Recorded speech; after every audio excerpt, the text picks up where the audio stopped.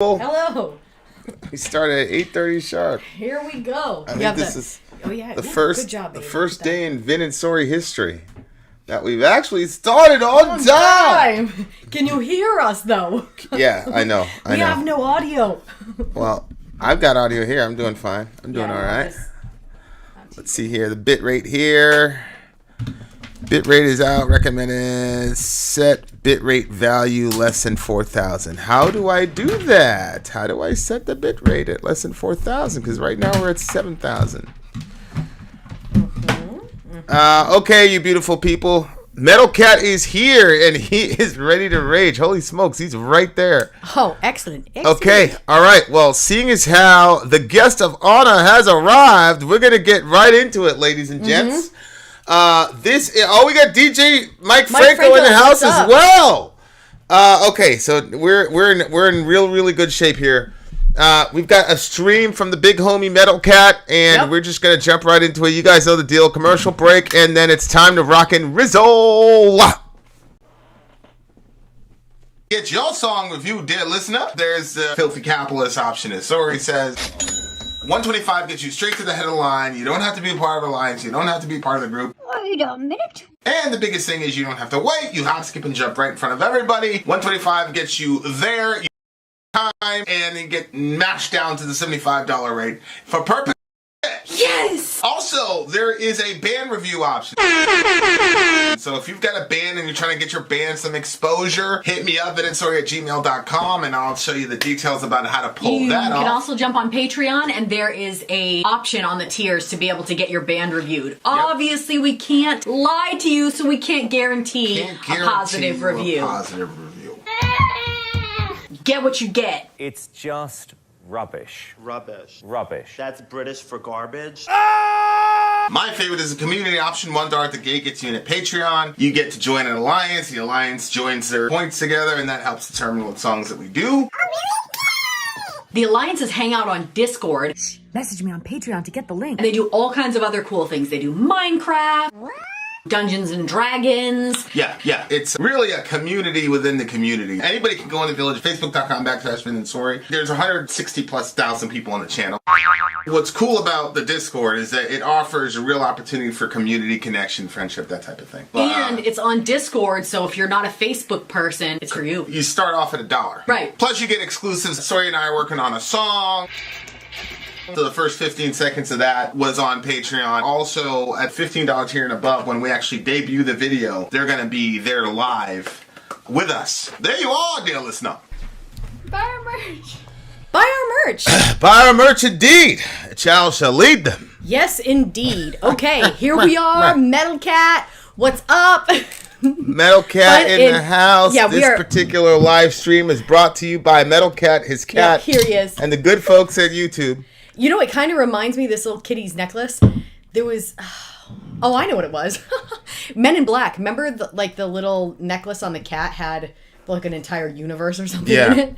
Like that's what it reminded me of. They have a very special kitty. And I love kitty paws. Always have. When they're only when they're attached to cats. So I don't want some lucky leg like they used to do with the bunnies. I thought that was so terrifyingly sad.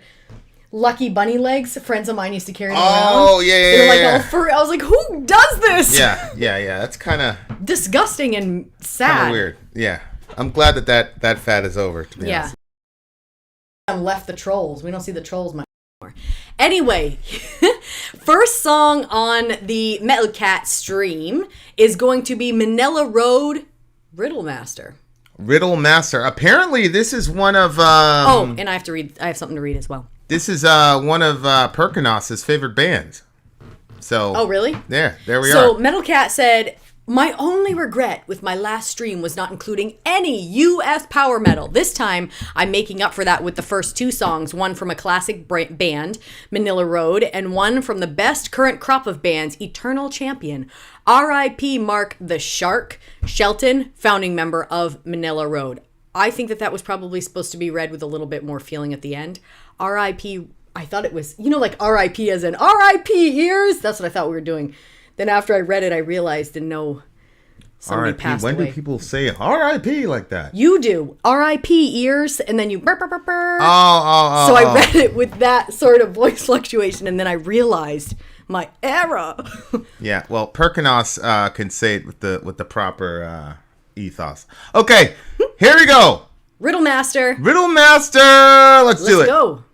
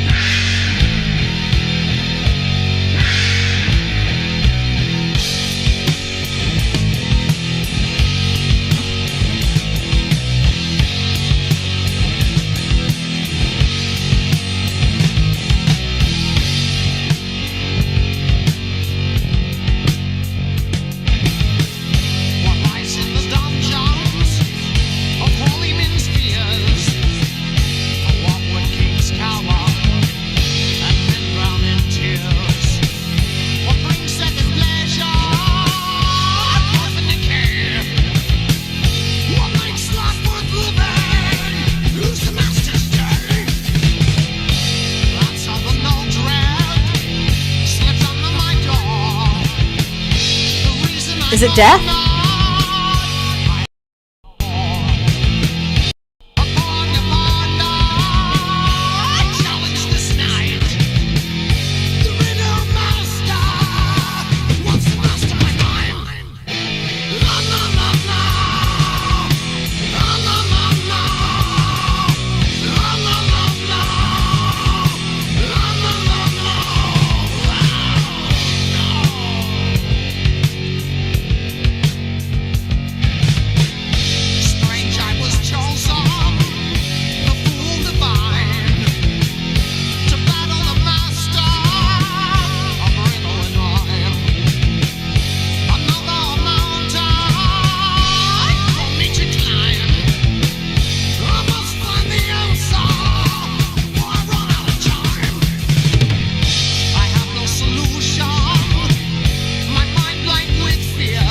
Like Dio a little bit.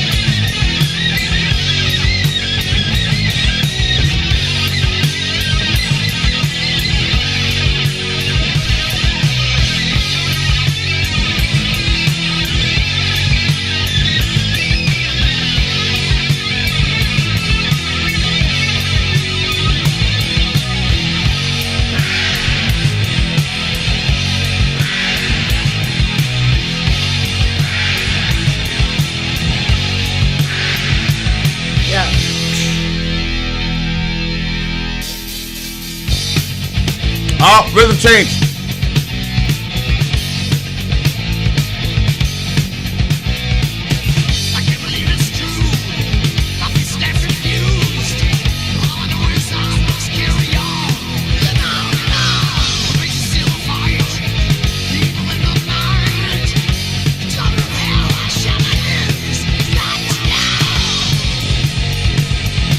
Daughter of Hell. No.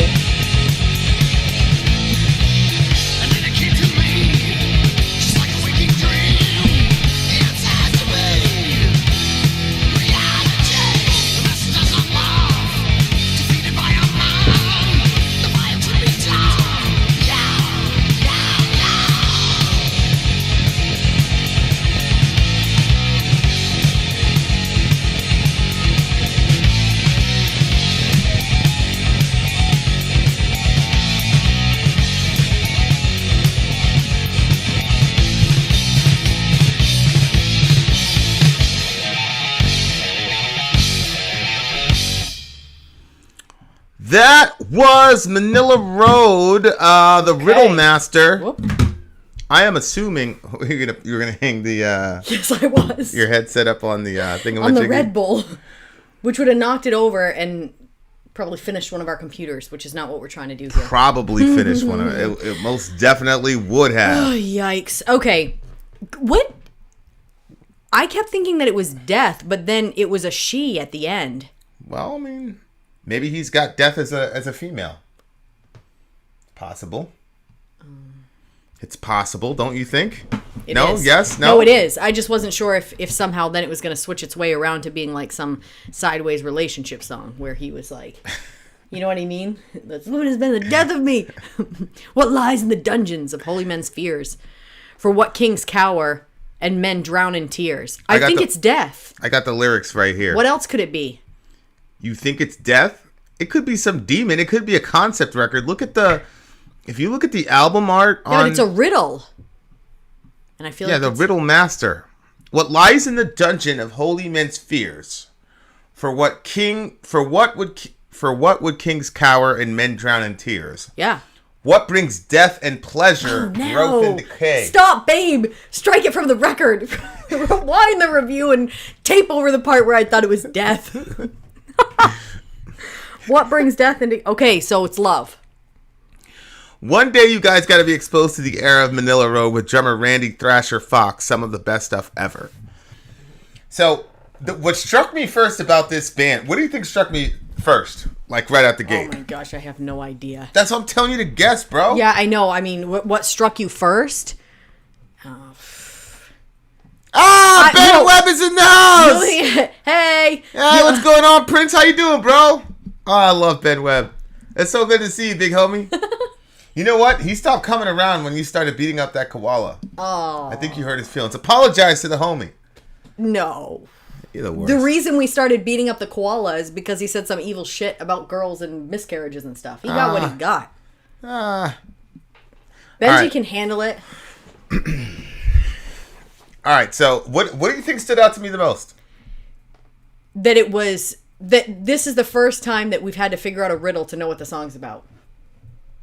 No. That's my guess. Because I didn't know that the song was going to be a big riddle until the end of it. Babe, it's literally called the Riddle Master, and it starts out like riddles. That's not... What lies in the dungeons of holy men's fears? For what would kings cower and men drown in tears? Like, it's, I think it's like sexual kind of love.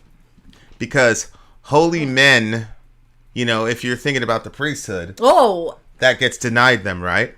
For what would kings cower and men drown in tears? What brings death and pleasure, growth and decay? Mm-hmm. Right? What makes life worth living? Who's the master today? That's how the note read when it slipped under the door. And then it mentions a she at the end. Right? I have to know more. A poem to ponder, a challenge this night. The Riddle Master wants to master my mind. To battle the Delaney O'Connell in the house. Okay, wait. So is she leaving the riddle for him? Where is she? Where did he say it? No, hold on. No, there was a letter left. No, we have to go to what stuck out to me initially about the song. You just sounded like that guy on Seinfeld. So what? What stuck out to you? You've been watching too many of those sitcoms at night, you bum. What stuck out to me? What stuck out to me in the song? I mean, what stuck out to me was this guy sounded like Dio a little bit to me. Oh, really? You know Ronnie James Dio? Yes, I know, but I don't. He wasn't. His vocal wasn't. Franco said it was like a cross between Dio and Megadeth. You know that vocal style. Yeah. And like I don't think that this guy is as smooth and buttery as Dio. Like, okay, fine. Like, obviously not. I had Dio as like probably my top metal vocalist. Like, if I had like an Avengers All-Star team of metal, I would put Dio at the vocal spot. Right. So you've mentioned that before. Yeah. So Dio, I think, is the greatest metal guy of all time. But he sounded like Dio. It had to, and it also like atmospherically it felt like that because you know how Dio would write these enigmatic lyrics. Sorry, I'm trying to get I want to get the comment section. You want to get the comment section up? Okay. You know how Dio would have these enigmatic lyrics like you kind of knew but you didn't know what they were? Yeah, yes. It was kind of like that. So it reminded me, oh, look at that. Matthew Morey thinks I'm a good poet. Haha. Oh, no, he's a really good poet. Yeah. Did you reset it? Because are we streaming on all the platforms right now? Sorry. Yeah. Because I had to switch that to do the Anchor thing. Speaking of Anchor, you guys, we have podcasts up on Anchor. So if you're not wanting to watch the video, but you want to hear the conversation as some background stuff, we're also check up us on out Spotify, on Apple, all that jazz. Oh, yeah, all over the place. So, VinandSori forever. Anyway. Okay, so James Mink says that in Marvel Comics, Death is female. She is worshipped by Thanos, who killed half of all existence in order to impress her. Oh my gosh. So that's the real reason he did that whole thing with the Avengers thing. It was over a girl. No. Yeah, he killed half of life just to impress Death. Oh wow. Okay. Okay. But I don't think that Death is the No, I here. think you're right. I think it's like love, sexual love, that kind of thing. Because I think priests, we are also on Twitch. I think, again, priests can't have love. You know, it's forbidden. They're supposed to say single, suppose. I mean, the Bible didn't say that, but well, you get what I'm saying. Yeah, but you said it wasn't. You said it was sex, but what did you say? It was sexual love, like eros. Yeah, type thing. Right. I don't think it's like, because even in some like Catholic religions, like you can't just have sex for the fun and pleasure of sex. Like it has to be for the purpose. Okay, I'm talking old school Catholicism. I don't know what the laws and decrees are now, but when my grandparents were coming up, like that's why they had so many kids. You can't. You can only if you want to have kids. Like there could be no pleasure. So maybe it's like that involvement there too. Because it said I don't the think righteous that's man's. a proper characterization of the Catholic doctrine on that. They just don't believe that you should have sex for the exclusive reason of pleasure. So the whole birth control situation, right, would be out. Although, I see what you're saying. Yeah, so it's to the it's about pleasure to the exclusion of children. I see. So I see. Yeah, that is different. Yeah. Okay. It's different. I still think it's horrible and inhuman what those poor priests have to go through. Shout out to XBM. Okay, so it says, what brings death and pleasure, growth and decay, right? Like sex can bring growth, child. Yep. You bring a child into the world. Yeah, it can also rot you from the inside. Right. What makes life worth living? Who's the master today? Yeah, I thought that was an interesting line. That makes life worth living for some people. That's how the note read when it slipped under my door. The reason I know not, I have to know more. A poem to ponder or challenge this night. The riddle master wants to master my mind. Strange, I was chosen, the fool divine, to battle the master of riddle and rhyme. Another mountain for me to climb. I must find the answer before I run out of time. I have no solution. My mind blank with fear. The riddle has slain me. The master is near. Another demon walking the earth, an angel of darkness, Lucifer. I can't believe it's true. I feel so damned and confused. All I know is I must carry on and on while blazing steel. With blazing steel, I'll fight the evil in the night. Daughter of hell, I shall not lose. Not to you. Then it came to me, just like a waking dream. The answer had to be reality. The master does not laugh. Defeated by a man. Leviathan be damned. Yeah. So, I'm pretty certain Eastern priests, except for bishops, are usually married. Correct. That's mostly in the Western rite, unfortunately. Okay, so yeah. So right there, you see what. So it looks like he overcame. Maybe it's a very poetic way of talking about. Oh my gosh. The temptation that he feels as a rock star. Wow. Right. Oh my goodness. Well, if that's what he's doing. And then Leviathan. Yeah, why Leviathan? I didn't understand that. Well, Leviathan, I think might be some form of a double entendre, but XBM goes, sounds like my dude is battling some lust. Yeah. Yeah. So it's a very poetic way of saying that he's struggling with, being a rock star and touring all the time and all that. So Leviathan is like the sea creature. It's like a mythical sea creature, but he was kind of wild and all the rest of it. Right. And maybe he's, talking about maybe certain members of his body as Leviathan. You see what I'm saying? So like the temptress is like she's like the devil. I see what you're saying. I guess when you said the lust thing, I was thinking more like the strength of Leviathan, because lust can be like that, especially lust that you're trying to keep in check by like laws. You know what I mean? Like it just doesn't work like that. And so the temptation of lust can become like Leviathan was huge. Yeah. So I was kind of wondering if he meant that, because he says Leviathan be damned, because you don't have to damn your. That would have been such a funny sentence if I was going to say damn it out. Your junk. You don't but I was going to say damn your. Well, yeah, but I don't think he's talking about damning his junk as much as he's saying damning the lust. I'm not going to let you control me, right? Because that was the big thing about Leviathan was he's kind of like uncontrollable, and to us, but God played with him. Yeah, like he's the raging sea and all the rest of it, and the destructive power of Leviathan, and in the ancient Near East that was kind of a thing, and so he's resisting this, but it's cool if I'm right that he's talking about himself in that last line.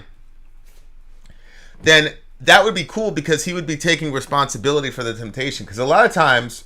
Yes. Especially when it's taught, when you're taught by religious people about, avoiding lust and temptation, they demonize the woman. Right? Say yoga pants. It's the yoga pants and yada, yada, yada. And I'm not naive. I know that there are women who purposely go out to try to tempt men and all the rest of it. Like, I understand. Like, but it's cool Stay away from my man, though. You don't have to worry about after that. Good aim. You know what I'm saying? Oh yeah. So like it's cool that he's taking like accountability for himself and saying, ultimately he had to defeat himself. You do have to resist temptation, but ultimately it's coming from you. So when he said Leviathan be damned, that kind of made a lot of sense to me. Yeah. But the song was really cool, because it had this kind of rhythm section that went over everything, and it was kind of like jazzy. And you, what were you thinking? I just didn't like it. Oh, you didn't like that part? I didn't like the song as a whole. Just overall. Although I have to tip my hat to him. If he's talking about lust here, he did a damn good job at it. And I do think it was very unique that he went with like a riddle, and because I've never seen a song that did that before. That the song itself was a riddle. Yeah. Well, no, I mean, Dio's done that a couple times. Where he literally said, well, to me, it's the whole idea of saying, like, riddle master, and then what lies in the dungeons, and it's even phrased like a riddle. Dio did that too, exactly like that? Well, no, not exactly like that, obviously, but what I'm saying is, like, that same, yeah. Okay, well, so, I mean, even if, let's say, I'm going to go with what you said, Dio already did that. But I still don't think it takes away from this idea, because you still have to create your own riddles. And the other day, the kids were trying to figure out a way. They bought a gift for a Dorian, and they wanted to hide it and then give it to him. And I said, you guys should create riddles all around the house. So like put a riddle, and they have to follow the riddle to another one. There's a note there, it brings them to another spot. So he's gonna zigzag all over the house, and then at the end he'll find it. And the kids were like, okay. And they were coming up with surprisingly very terrible riddles. They just were not good. And so I came off... As in terrible as in they were too easy to figure out? Either too easy to figure out or way too friggin' vague. Okay. And they weren't even like, you know how they're supposed to be kind of smart? Like two lines that kind of rhyme, or you know what I mean? Like they play off each other. It's challenging. Yeah, and I was super surprised, because normally they're like on with that kind of stuff, And I was like, they were coming up with these very weird ones. I'm like, you guys are going to have to come up with something better than that. So then I threw one out as an example. They ended up keeping my example. That was the finale. But they wanted me to come up with So did he more. Figure them all out? Honestly, stuff I couldn't think of any more. This is what I'm saying. So I ended up saying to them, you guys need to figure out your own stuff. Because I couldn't come up with any more. And so I'm looking at this. I'm like, well, there's a lot of like kind of back and forth what he did lyrically, with like what lies in dungeons. And when you think of what lies in dungeons, it's like that's the bad guys, you know what I mean? The evil. You're in a dungeon, you did something, but then it's just juxtaposed with holy men's fears. And boy, babe, I keep coming really close to your face. It's a lot of Gonna try to keep my elbow Yeah, bent. that's why I'm just gonna keep. You know what? going I think this way I'm used until to being off on the that freaking side, screen. so Yeah. I can just full range with this right arm of mine. But anyway, so I think this is the side appreciated that I originally started on, wasn't it? Yeah, we flipped a couple times. Yeah. You guys can't necessarily tell because of what we do with the mirroring. So I appreciated that, but yeah, I really didn't. The sound, the lyrical, and everything. I wasn't really a fan of it. But I definitely, I'm giving him props because of the topic and how he went about it. But I've actually, it's interesting because I've actually never really heard a song like this before. Like they carried that rhythm style? like all the way. Yeah, they carried that all the way through. And I like I said, I love the Dave Mustaine Dio crossover voice. I love that. I don't know what you're on today. You're weird. But go ahead, rate the song. I'll rate the song. Then we'll go to the next one. Okay, it was a 6 for me, but because the lyrics, and we broke down the lyrics, I'm going to go up to an 8.2. Yeah, I was actually literally going to just tell you, please move that. An 8.2 for me. Okay. This song was a solid 9.4 for me. 9.4, really? Yeah. The vocal style did it for me. Metal Cat, what do you give this one? Is this like a real high one for you? The vocal style did it for me. I really like this. I hope more people. I'm actually really intrigued by this band now. So I hope more people start selecting this band because this is I say this from time to time. Like this is why we have this kind of system on the channel because I feel like I wouldn't get the opportunity to get this band, but I really feel like there's like a lot of special highlights with this band, especially if Perk and Metal Cat like it. Then it's got to be. So for your own consideration, listener. Look, DJ Mike gives it a 9.6. Thank you. We you. get a 9.6. We get a 9. Oh, can you get Metal Cat? See, Metal Cat has 9.5, which is like right where I was. Right where I was. Yep. There you are, dear listener. If you're out there in the regular viewing audience, YouTube land, you can check us out at 10 p.m. Eastern Standard Time. Yeah. The rest of you, sit tight. We've got way more songs coming from you. You guys Not know we. You know Metal Cat has more for you. Metal Cat and his kitty cat over here. Yep. I'm still trying to figure this shit out. It's Universe Cat over here. Boop, boop, boop, boop, boop. Look, there you go. Point to my microphone. He's right there. He's right there. That's Metal Cat's cat. That's usually my stuff is over here. You know what? I'm going to just bring it over here.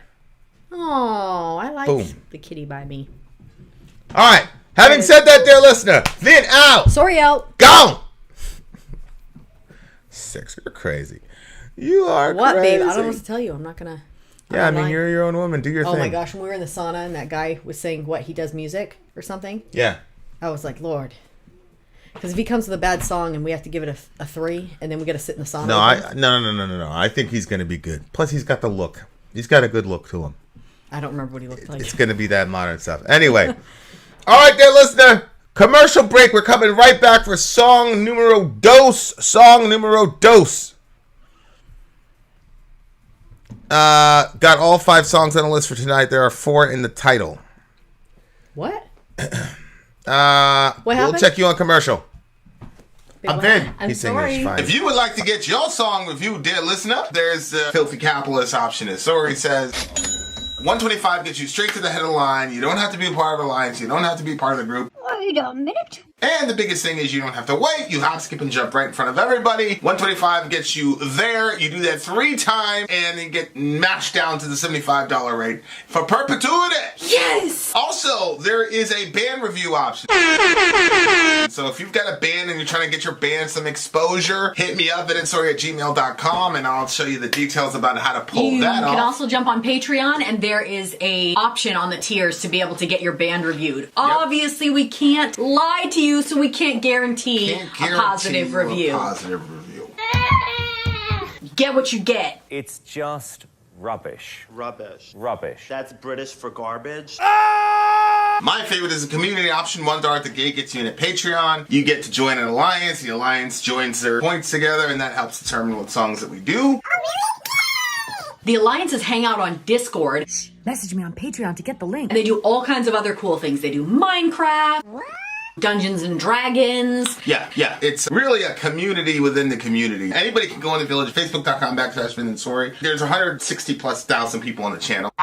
What's cool about the Discord is that it offers a real opportunity for community connection, friendship, that type of thing. And it's on Discord, so if you're not a Facebook person, it's for you. You start off at $1. Right. Plus you get exclusives. Sori and I are working on a song. So the first 15 seconds of that was on Patreon. Also, at $15 tier and above, when we actually debut the video, they're going to be there live with us. There you are, dear listener. Buy our merch. Buy our merch indeed. Yes, buy our merch. Shall lead them. Yes, we are doing a Metal Cat reaction stream. DJ, he is the DJ tonight. He's a DJ for See tonight. That? Him and his kitty over here. Metal Cat, I want to know what the name of your cat is. Is it Metal Cat? What's that? The name of Metal Cat's cat is Metal Cat's cat. Yep. He's right over there, dear listener. Okay. You moved the kitty back. Metal Cat, also, do me a favor and emailed you. check Email your me back. messages on, is it email or Patreon? No, I emailed him because I sent him a screenshot of what I have on the lineup, so I need him to make whatever changes there Good catch, buddy, because we're missing one song. So thank you for that catch. Hopefully this is still in the right order. Dear listener, Metal Cat has brought us... Oh, her name is Leela. How cute. Leela? Yeah. Like Lilo? Remember Lilo? Shout out to Lilo. Leela. Okay, so that's Leela the cat over there. Okay, so this is Eternal Champion, A Face in the Glare, brought to you by DJ Metal Cat, as you can see, and his cat, Leela. Maybe I'll change that. Let me change that. Oh, yeah. Metal Cat and Leela. Is that how he spelled it? Leela. Ha! Yep, I got good it job. right. Okay, I always get it 1914 is not right. listed. Yeah, Metal Cat, send me that in an email and let me know where in the lineup you want it. Song 1, 2, 3, or 4. Well, you can't have it for song 1 or 2. Because we've already begun these. Okay, guys, here we go. This next song is brought to you by a band by the name of Eternal Champion. The name of the song is A Face in the Glare, dear listener. A Face in the Glare. Let's go.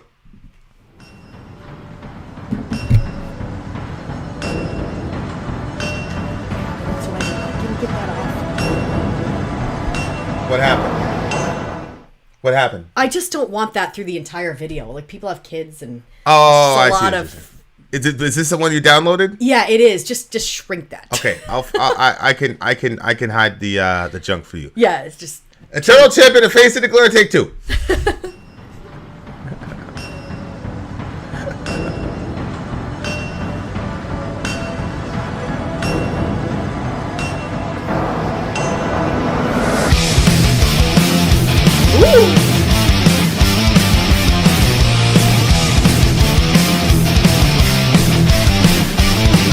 I'm feeling this shit.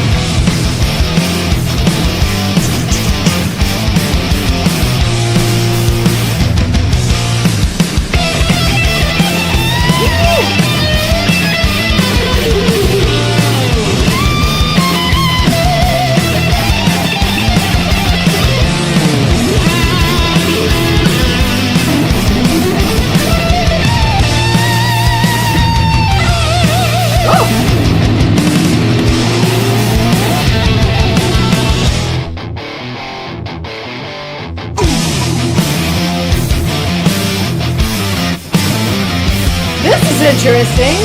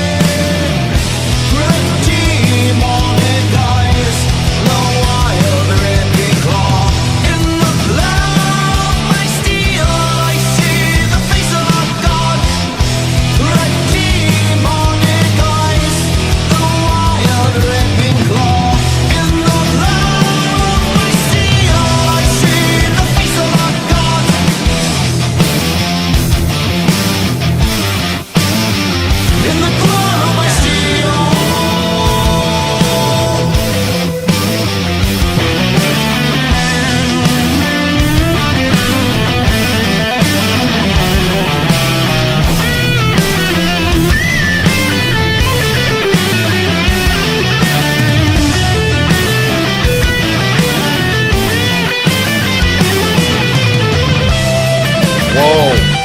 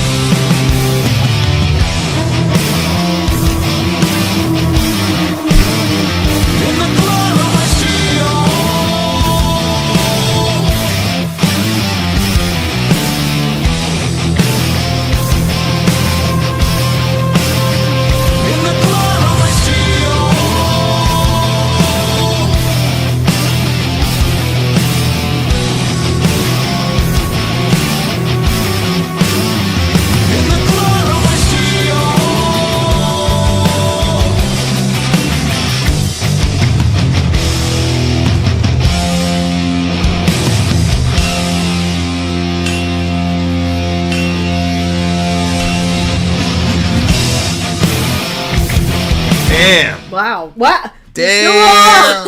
What happened? I just thought it was going to go into like more of a longer ending. Yeah, I thought it was going to be longer. Yeah. Is this a power metal band? That's literally what I was going to ask you. What? If it was power metal. I don't know.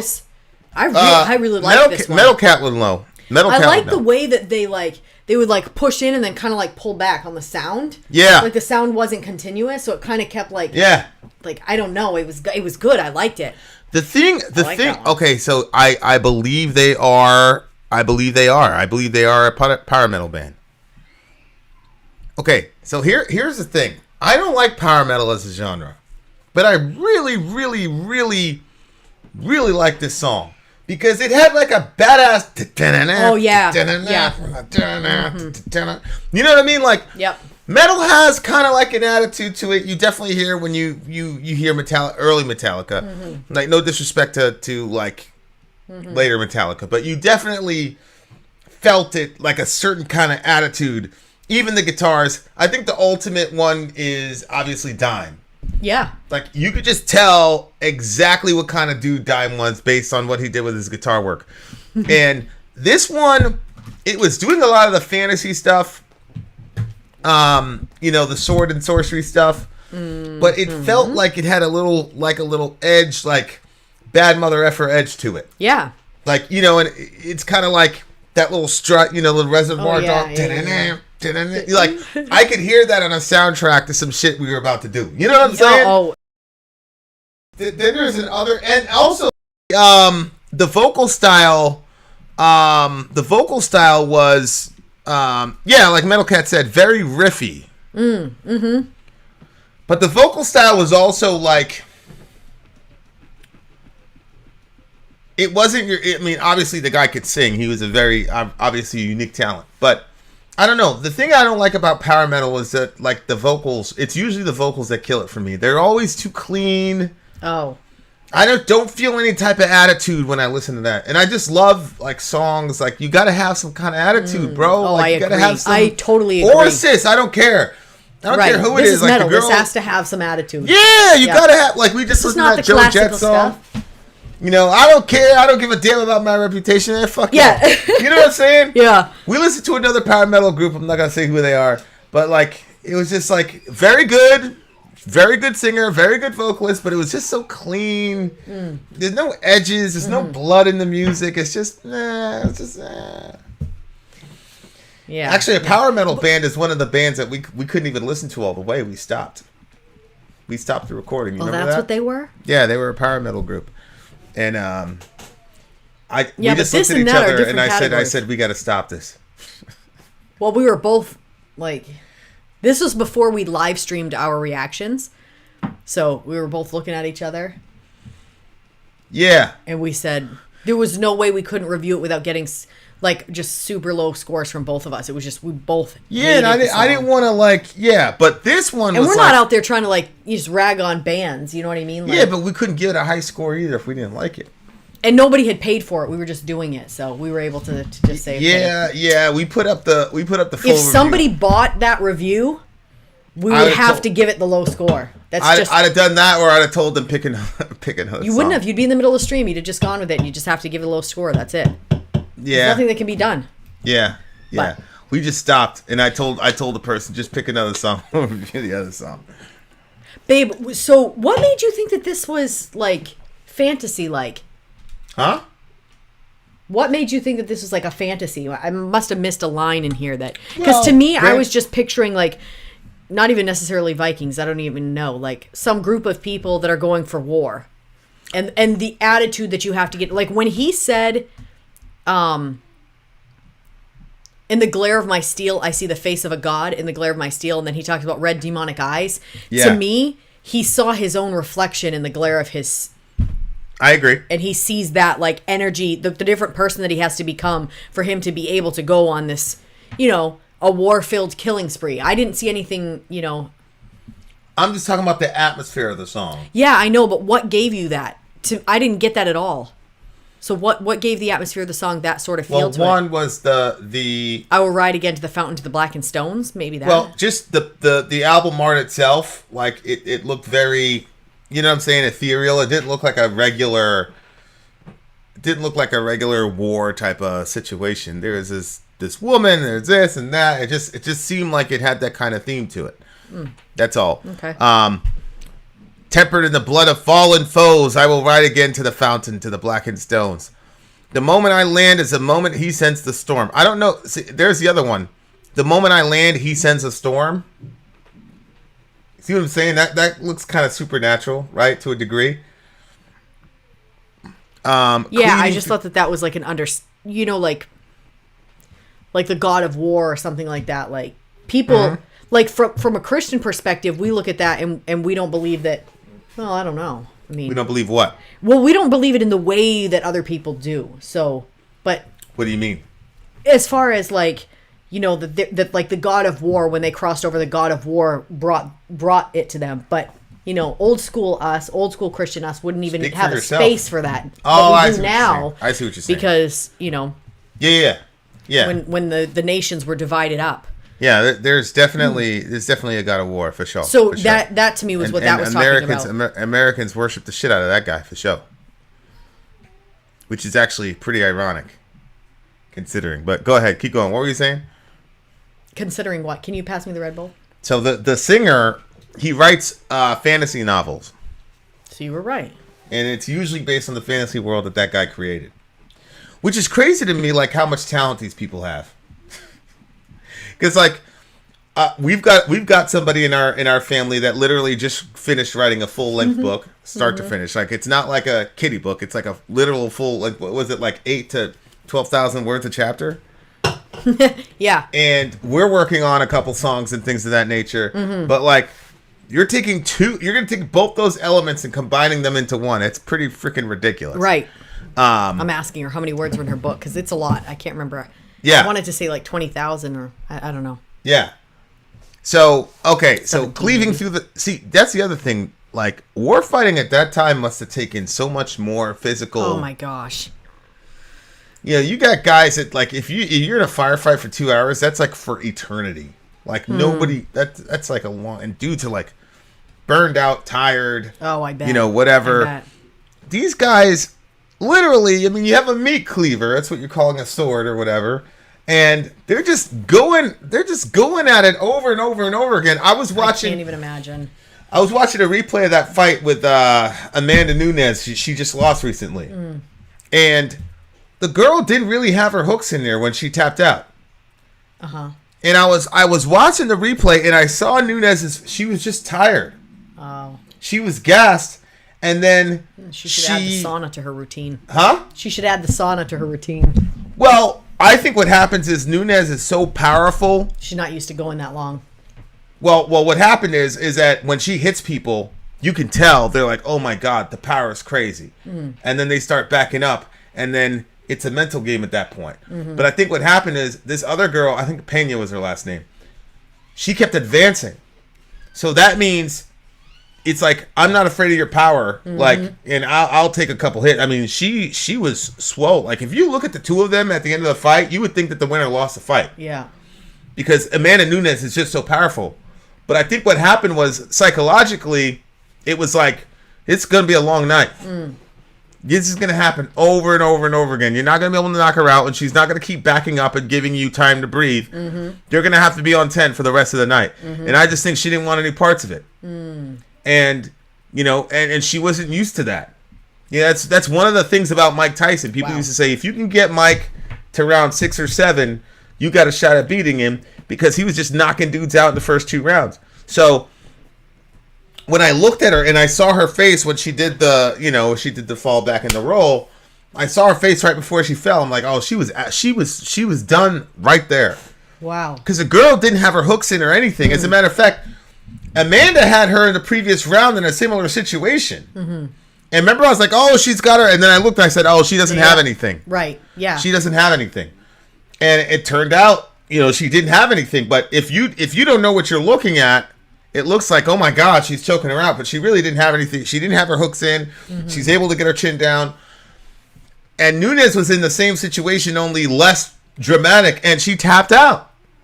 And that's interesting. I think that's watching her face to see where she was at. What about it? Yeah. Well, it was just like, I'm just looking. It just made me think about verse 2, cleaving through the night. Like, these guys are, God, I can't even imagine, fighting so long and so hard for survival, and like the way that you fight when you're fighting for your life is different.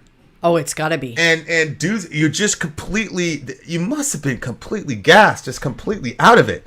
And to have to keep going, I mean, like, no disrespect to the war fighters today are unbelievable, but man. Well, when he explains, like, the red demonic eyes thing, I'm sure that there are different degrees of trauma that people feel from taking part in taking another life. Yeah. And I would think that a gun at a distance, not a sniper, I'm talking about a gun at a distance, maybe, you know, I don't think it would have the same effect, even a sniper, than having like a sword and like slicing through people and cutting off heads, and you know what I mean? Like that type of warfare that was like, you're face to face. And like when you explain the, like with the wrestlers, like we were just talking about, at the end of the fight, sometimes like they hug because they're the two that were battling together. And so I would think that it would be significantly more challenging to battle somebody on the field face to face like that and then have to end their life. Like how you would feel about that and the trauma that would ensue, you know what I mean, as a result. Yeah. I mean, those guys were, I'm very, very happy I'm not born in those. You know, I used to, you know, you see one group over here, and they're both charging with their swords. Ah! Yeah, I used to love that as a kid. You know what I'm saying? Because when I was a kid, I never got tired. You know, like, I had like this and it wasn't just energy, like, cardio-wise, like, it didn't bother me. I just run and run, and you just play and run the whole time, and you just never, but, man, now realizing what those people had to do, or you reading the Bible, it's like they chased them from Dan to Beersheba or whatever. And then the no food with it? Yeah. When David went in there and he was like, well, we're taking it. Run that shit. Every time I read that story, I only think of you. I said, that is some shit you would do. Like, he went in there, and it didn't matter that they were like, oh, these are the laws, this can't happen. He wasn't having it. Nope, we're taking it. And then nothing happened to him, right? Did anything happen to him? No. Something like that would work out. For me, if I said we're taking it, we'd all die. Oh, boy. But, yeah, like, this is...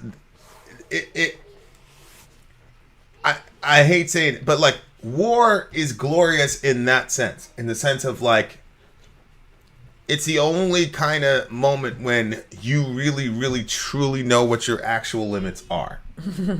Right. Because it's your life. Right. And there are people like that just give up. Like, you're gonna die. They give up. It's just too much in the moment to just keep going.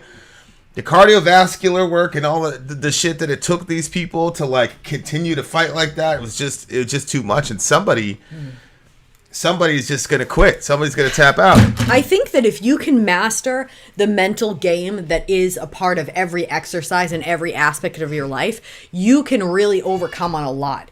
Like, I've been surprised, you know, when we go to the gym, we've been going in the sauna, it's freaking 240 degrees in there or whatever, which is higher than what most recommended saunas are listed at if you look online. Yeah. And, you know, the first time that we went in there, like, I suffered to get to 10 minutes. Like, after 7 minutes, I was out. Now we're staying in there for just over 30 minutes. And I'm not letting myself, like, get that mental weakness where you start, like, kind of complaining to yourself about it. Like, no. There's no space for complaining here. Like, think about something constructive, something that you can do, but don't think about how miserable you are doing whatever it is you're doing. And I think that don't try it at home. We've had extended periods to build up to where we got to 30 minutes. Good call. I'm just saying and we've got water and all these other things in there. So yeah. I think that if we can apply that technique to every aspect of life, like maybe you're at your job and you don't feel like working your full 8 hours, you're at like hour 6 and you're so sick of it, and now you start complaining in your mind. Like, nobody likes being around a complainer, and that includes yourself. If you're going to complain around yourself all day long, it's going to make literally hell for the last 2 hours. Find something that you can enjoy while you're doing it. And if you can find joy in the things that you're doing, even if you have to look a little bit to find it, you're going to have a much better day. You're going to be it's going to be less of a chore, everything that we do. So I don't know. I've been thinking a lot about the mental game and how important that is. And I wonder, I think because I'm dealing with my own mental weakness, and then it makes me think, I wonder how many people in our community also struggle with mental weakness and don't realize that is a huge part of why they're so miserable. You know, if you just let that mental game, you just let your mind take you on every trail you want to take, every stressful thing, every discouraging thing. You just let yourself just be like, oh yeah, I'm miserable. I'm a horrible person. I shouldn't even exist. I should kill myself. I should, all these crazy things come out of people's, they start in our mind. So for us to be able to say, hey, okay, this has to stop. Benji said he'd rather be waterboarded than put in a sauna. Oh my God. He said he doesn't like it when it's 80 degrees outside. Okay, I don't like it necessarily when it's like hot and I'm all sweaty and sticky and it's frustrating, your hair's stuck to your face. I don't like those feelings. But the sauna is actually different because it's temporary and you're going to shower after, but when you're like living in 80 degrees, honestly, living in 80 degrees feels worse than 30 minutes in 240. What do you give the song? I liked this one. This one's a 9.8 for me. I'll go with a 9.8. It was heavy. It was hard. It was power. I mean, this counts as power metal. People always say like, "Oh, Vin hates power metal," and that's because I generally hate power metal. But this shit, if this is a subgenre somehow of power metal somewhere, I hope it's not a one-off for this band. Like, I hope they don't go back to the regular power metal style or whatever. And look, I don't hate power metal per se. As far as the people go, I don't have anything personally. I would personally have a problem with it. But a 9.8 from me. I really, really like this song. It was some shit. I really, really like it. 9.7 from Mike Franco. Andre gives it almost a 10. Almost a 10. You'd be better off to say 9.9. It sounds better than almost a 10. All right, there you have it, you guys. Thanks for tuning in. We're coming up. U.S. Power Metal. Look at that. It's called United States Power Metal. He did say that. Okay. USA! We're superior! That's the good kind of power metal, he said. Okay, all right. Well, we're coming up with you with another song reaction. Next one on the list is... no. Can you... Wouldn't you want to find out, dear listener? If you're in regular YouTube land then you're going to have to check us out at 8 a.m. Eastern Standard Time. If you're among the righteous, like all our friends in the chat, we will be going to another song immediately. Vin out. Sorry out. Gone. All right, guys, you know the deal. Commercial time, and then we're getting right back into it. I'm Vin. I'm sorry. If you would like to get your song reviewed, dear listener, there's the filthy capitalist option. As Sori says, 125 gets you straight to the head of the line. You don't have to be a part of the alliance. You don't have to be part of the group. Wait a minute. And the biggest thing is you don't have to wait. You hop, skip, and jump right in front of everybody. 125 gets you there. You do that 3 times, and you get mashed down to the $75 rate for perpetuity. Yes! Also, there is a band review option. So if you've got a band and you're trying to get your band some exposure, hit me up at VinandSori@gmail.com, and I'll show you the details about how to pull that off. You can also jump on Patreon, and there is a option on the tiers to be able to get your band reviewed. Obviously, we can't lie to you, so we can't guarantee a positive review. Get what you get. It's just rubbish. Rubbish. Rubbish. That's British for garbage. My favorite is the community option. $1 at the gate gets you in at Patreon. You get to join an alliance. The alliance joins their points together, and that helps determine what songs that we do. The alliances hang out on Discord, Message me on Patreon to get the link. and they do all kinds of other cool things. They do Minecraft, Dungeons and Dragons. Yeah. It's really a community within the community. Anybody can go in the village, facebook.com/VinandSori. There's 160,000+ people on the channel.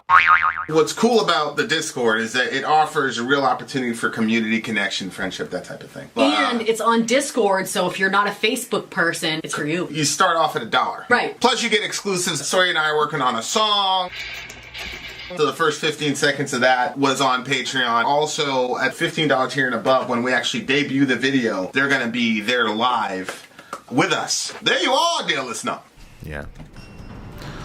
There you are, dear listener. Buy our merch indeed. Buy our merch. Thou shall lead them. Dear listener, we are on what's known as the Metal Cat stream. Yes. Whoa.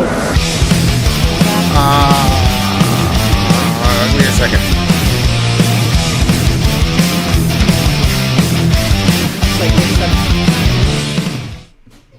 Okay, I think we solved that problem. That was a song we just got done listening to. Oh boy. Okay, Wiegedood. I think it's Wiegendood. Okay, read the next one. And the name of the song is Ordergan. Oh, I think is the name of it. That's Okay. the next one on the list. A band we've never heard of. We've never heard of these people before. So, I wonder if this is in English. I doubt it will be in English. They sound German. They sound like know. they're from Deutschland. Yeah. Okay. Well. Nope. Actually, Yep, no. nope. We've got actual. some, yeah. We've got actual lyrics here. Oh, okay. Excellent. Okay. Wiegedood are the loudest and most intense band I have ever seen live. Oh. Lots of pressure then for you, Wiegedood. Am I pronouncing it properly? Okay, guys. Here we go. Is anybody else seeing a glitch in the stream, or are we good?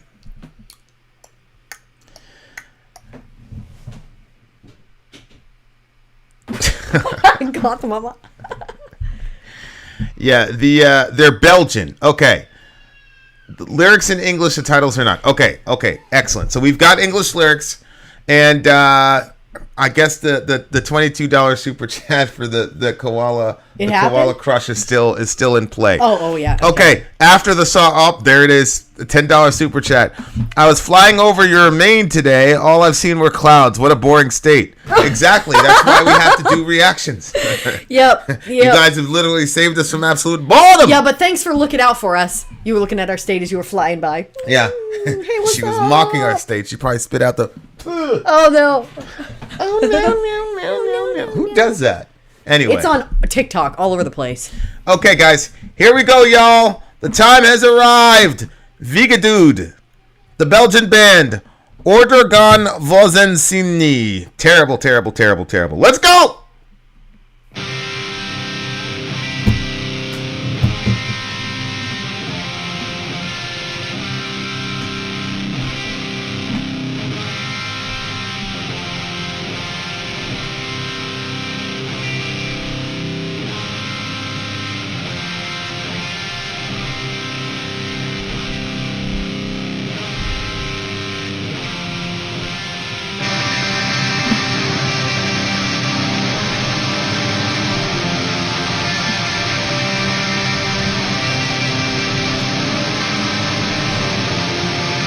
Text me the link to the lyrics. Lyrics.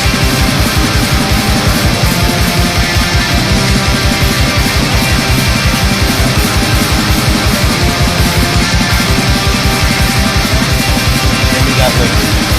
Give me the link. Give me the link. Oh.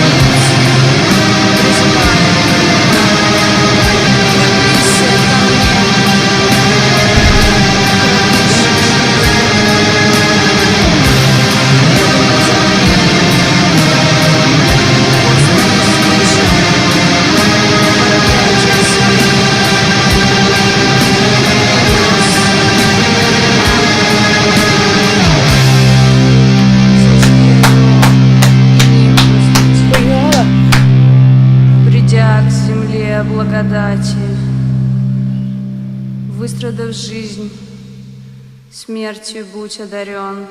Russian? Правь Belgian? своей колесницей. Belgic? Russian? I don't know. Вверх к небесам, сквозь преграды, жнец забирает меня.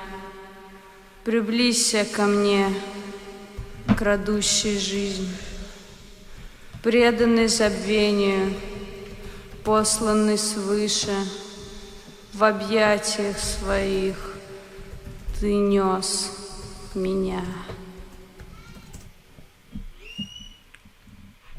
Wow. Yeah, I That thought shit it. is tight, yeah, I bro. thought it was Russian. Because That shit when is tight. When I spent some time in Latvia. That right there, ladies Heard and a lot of gents. Wow, what an interesting song! And I thought that it was done. And Yeah, then it kept going. They really had us. They really had us right there. Yeah, they did. They had us because I was like, oh, okay. They're landing the plane. Yeah. And then it went, bye. It was so interesting because it took. I went a lot of places with it. Like there were some parts of it that felt just like that. You know, that vocal style that's not necessarily my favorite, but I can get into it in the right moment. You know what I mean? This one, the way that they constructed it, I was really getting into the sound of his vocals. And then, I don't know, the song kept going. And then somewhere partway through, like, I realized my eyes were closed and that I was just like feeling the vibe of it. I was like, wow, what is this song? This is crazy. That was deep. And then we thought it was done. And then, you know, all this crazy starts in, and then after that, the Russian, the speaking, of course, I want to know what she said. Boom! It just went off. Yes. And then it I ended with loved that. it. And ended with the tremolo, which is why black metal is just the superior form of metal. It's superior. It's just beautiful, man. Yeah. You just got to know like how, you know, you just got to understand where to get there. Yeah, and I don't understand. I don't have any clue what the song's about, but the last two lines I liked. In the hollow of your hands, you have carried mine. I just thought that's such a poetic sound. What is the song about? Well, there isn't really a lot to work with lyrically, and I wonder what's the name of that record again? I don't know what the name of the record is. Let me pull it up. Let me see here. The name of that record Right is here. We're not going to be able to read it, babe. Look. De Dodon Hebben Het Good. Something about 2015. God, I'm assuming. Hold on, let me see here. That's interesting. There's only 4 songs on the whole album. Yeah, there's 4 songs, and the title track. The title track is also song 3. So let me check this out here. But man, Ben says these guys are mainstream. I've never heard them before. Oh, really? They are? And Mount the Nimbus. What's a Nimbus? It's like a divine kind of being type of thing. But Mount the Nimbus. Now, to climb the Nimbus, to get to the to God, to divinity, get to almost. divinity. Yeah. Mm-hmm. But is this Light the Halo and Mount the Nimbus? Yeah. Fall by the land of plenty. Life abide, death receive. See, and I like songs that have commands in them like that. Life abide, death receive. Oh, you know what I mean? Like little short phrases that are just they commands or short descriptions? Well, maybe short descriptions, but they're coming across as commands to me. Okay, I think it translates to the dead are well. De doden hebben het good. That makes sense. The dead are well. What? Ascend the chariot, float through the ceiling. Is the person dying? Well, what I'm saying is the name of the record is The Dead Are Well. Okay. So I'm assuming death is the sort of the theme of the record. Surprise, surprise. So fall by the land of plenty, life abide, death receive, ascend the chariot, float through the ceiling, bearer of the scythe come. What's a scythe? That's the scythe. That's what the Grim Reaper has. That's what I thought. That's what Jess. She found in the basement. Yeah, she found a scythe in the basement. Oh my God, you guys are doing the channel that they do where it's like, you know, finding out the mystery of people's deaths, and then she finds that thing in her basement. Yeah. Oh my Lord. You see what I'm saying? Like, that's a little bit creepy. Come forward, eternal thief. To oblivion consigned, your being sanctified. In the hollow of your hands, you have carried mine. So come forward, eternal thief. That's a Grim Reaper. Yeah. So he's the one that's bearing the side. Yeah, but see how he's telling them, come forward, eternal thief. Like, to me, it's like your command. There's a lot of commands. Now, is he a thief for all eternity, or does death steal eternity from people? See what I'm saying when it says eternal thief? Is it describing him as the eternal thief, or is it saying, is it will he be a thief for all eternity? Is it defining him by his action, namely that he steals eternity from you because he cuts your time short when he comes to take you? See what I'm saying? That's a good question. To oblivion consigned, you're being sanctified. Not you are being sanctified, but that your being itself is sanctified. In the hollow of your hands you have carried mine. Carried my what? My end? Because he's going to kill? My hands, because death is taking him by the hand up through the ceiling. See what I'm saying? Oh, God. So in the hollow of your hands you have carried my hands. Wow. Oh my God. Well, you know what though? You could appreciate this song as, you know, like, let's say you don't have the Bible to read. Like, I assume that if my death was calm and I was like, I don't see myself dying this way, but let's say I'm like old and I'm in the bed and I'm going out American style, you know, to the nursing home or something like that. I think I would want to read some Psalms, you know. Oh, I agree. But if I didn't have that, this I think is a good runner up, right? But that death would come and yeah, I mean it's not the typical come forward. Like, it almost seems like they're accepting their fate. This is this light? I've never seen this without an E on the end. I'm sorry. What is this? Lit the halo. So that's how you spell lit? L-I-T? Yeah. Yeah, like this okay, is well, lit. this. I mean, there's nothing that says No wonder I like had trouble explaining myself. No, what I'm saying, like, I don't know if those are like is that really the how proper it's spelled? spelling Oh, or whatever. okay. You see what I'm saying? Yeah. But when it says lit the halo, whenever somebody has a halo, that's good. That's a good sign, right? You know, typically speaking, when people talk about it. Yeah, unless you're setting the halo on fire. Maybe that's that's another term for death. Oh. Because again, you're mounting the nimbus. You know. Yeah, but I took that as the halo's always glowing.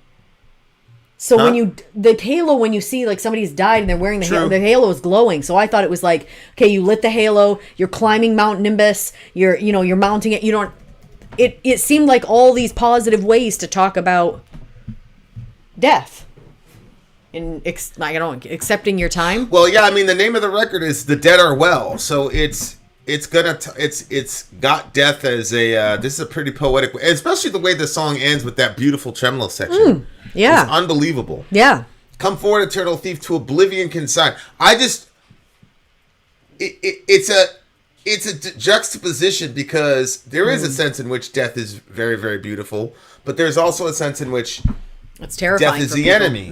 Yeah. You know, and obviously from our vantage point as Christians, Christ beautifies death. Yeah. Death in itself is an enemy because it's a grand separator between lovers, whether it's lovers like us or people who love their children or whatever. I mean, the name of the band apparently is Sudden Infant Death Syndrome or whatever. I know. So I'm not sure if that's true or not, but let's say it's true. Like.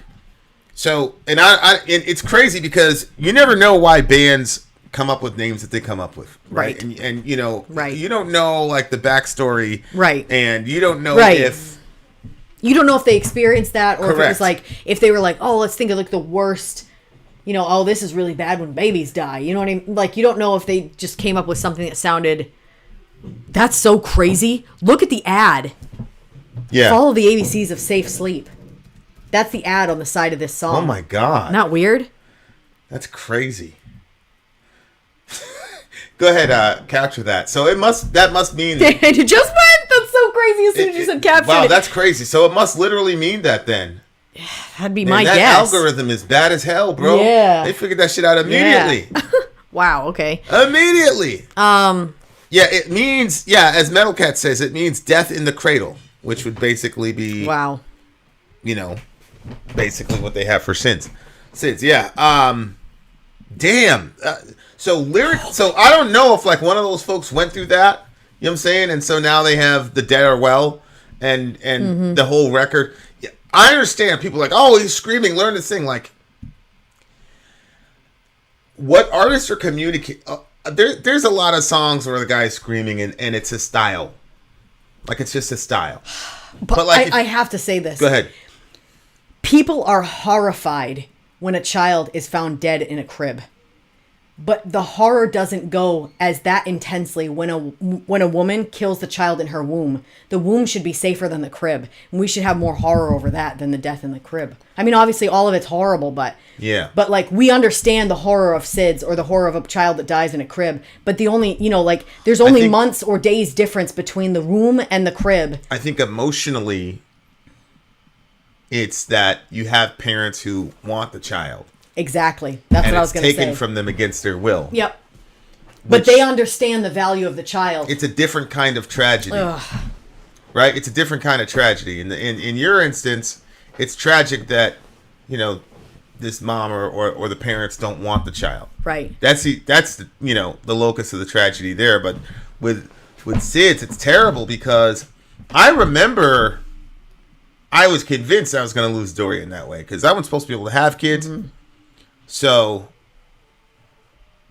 I was convinced there was going to be a miscarriage, and then the miscarriage didn't happen. I was like, okay, and I was convinced we're going to lose him in the first 13 weeks because I was reading, okay, most miscarriages, blah, and then after that I was like, okay, he's going to be stillborn. He came out loud as hell, whatever. Okay, and then I was like terrified. I'd go into his room 5, 6, 7 times a night, wake him up, make sure that boy never really got he never really got a good night's sleep for that first the first 3 months outside. He never really got a good night's sleep. Yeah.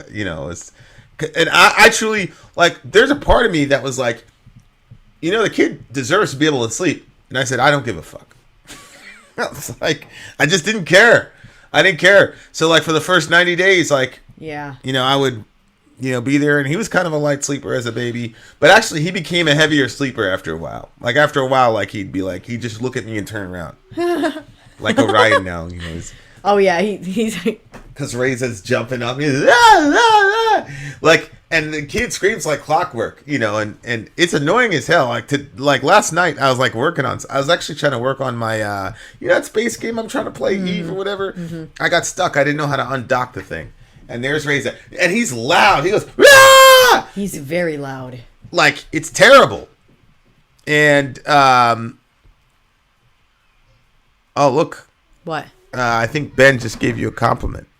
But anyway. There's no way. But the point was, I was thinking to myself, that's a better alternative than you never hear your kid's voice again. You know what I'm saying? Yeah. You take a lot of stuff for granted when you're a parent. And that's why, in a sense, death is beautiful. Because it forces you to appreciate, the flaws in the people around you.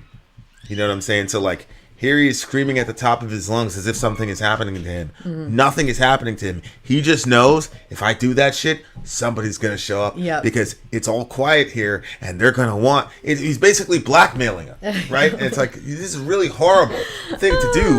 But death beautifies that in the sense of it saying, hey, you should appreciate that. Because there are millions of people, including people who've had abortions, who would do anything to hear that one more time. Oh, God. So, or to even have the opportunity to hear it once, right? So, yeah. So, yep, right. The song is really very, very interesting.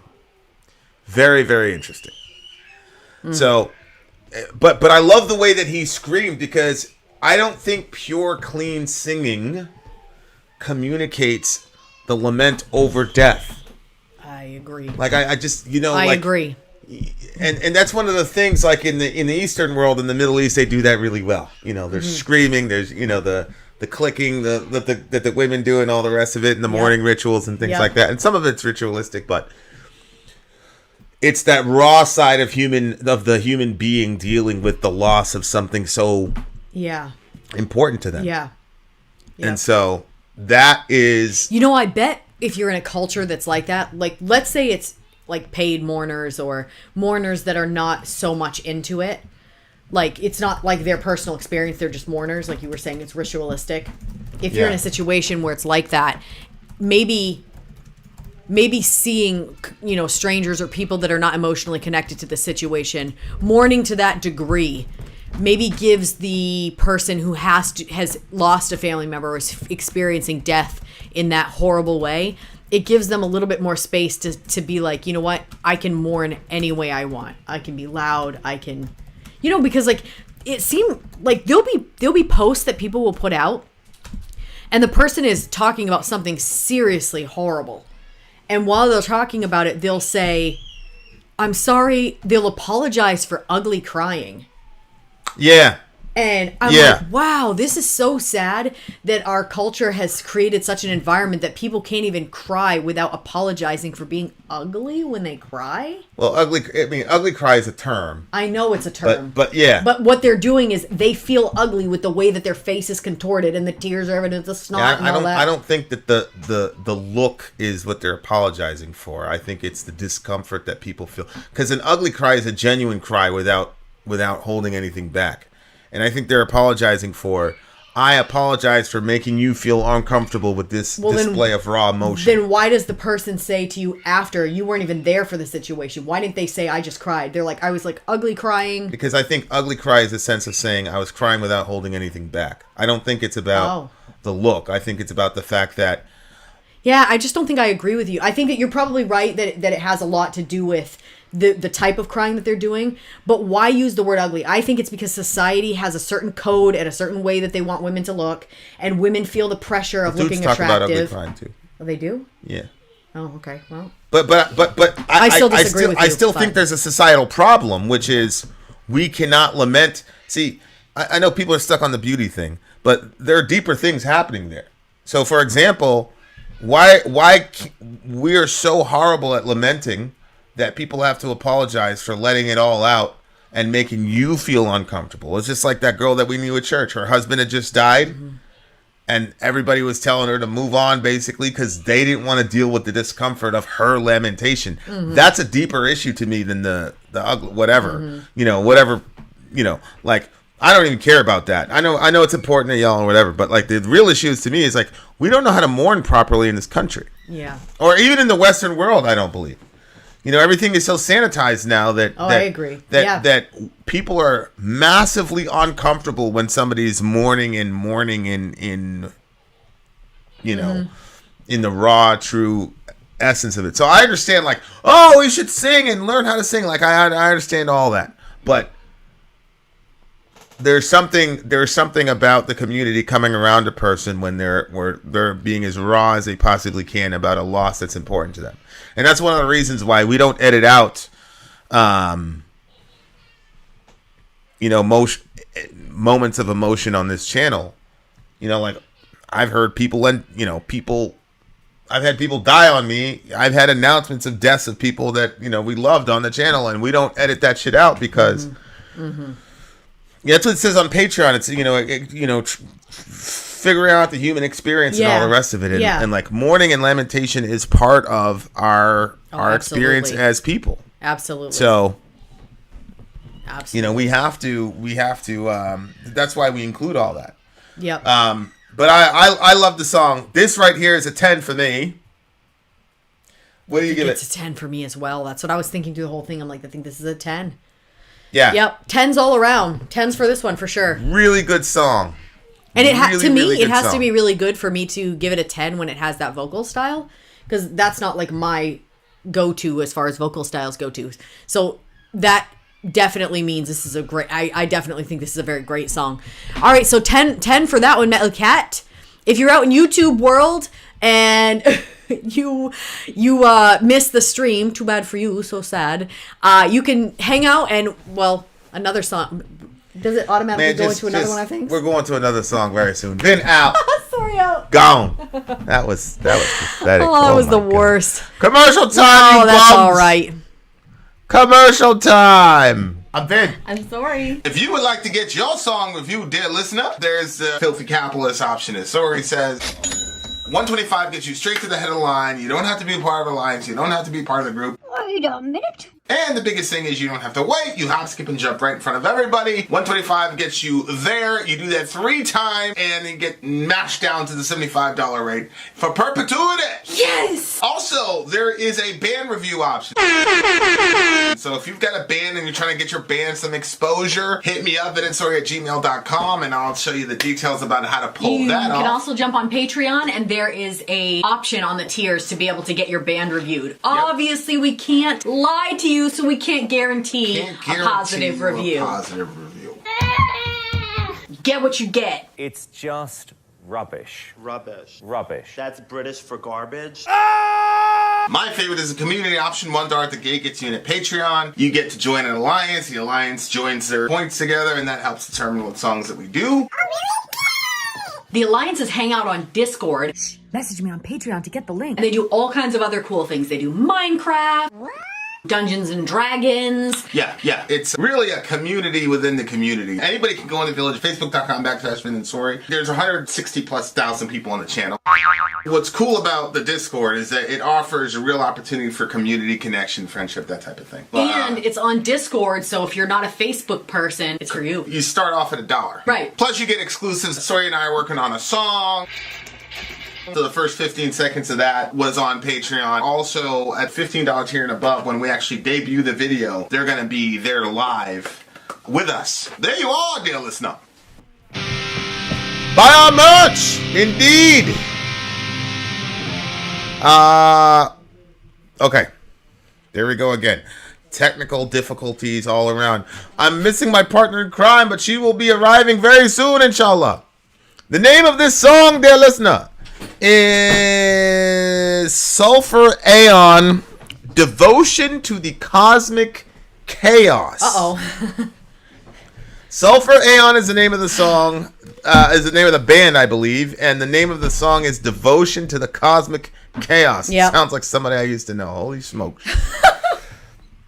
So bad. Okay. It's so true, though. What? It sounds so bad to say I used to know somebody like that, but like literally. That broad is devoted completely to the cosmic chaos, Yeah. like you wouldn't believe. It's the only thing she's ever truly been devoted to. Oh, Lord. Facts. All you right. don't like it? I don't care. Right. All right, guys. Devotion to the cosmic chaos. Let's go. Let's go.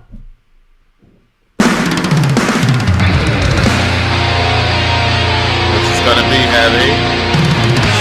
This is the official video.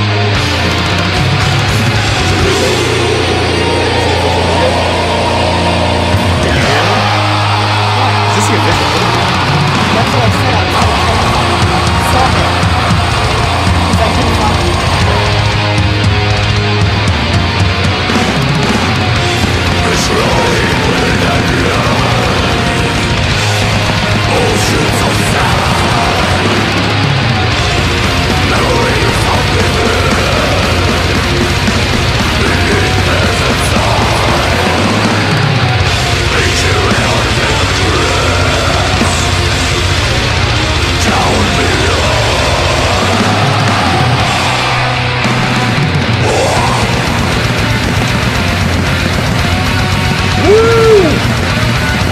He wasn't lying. They heavy as hell, dude.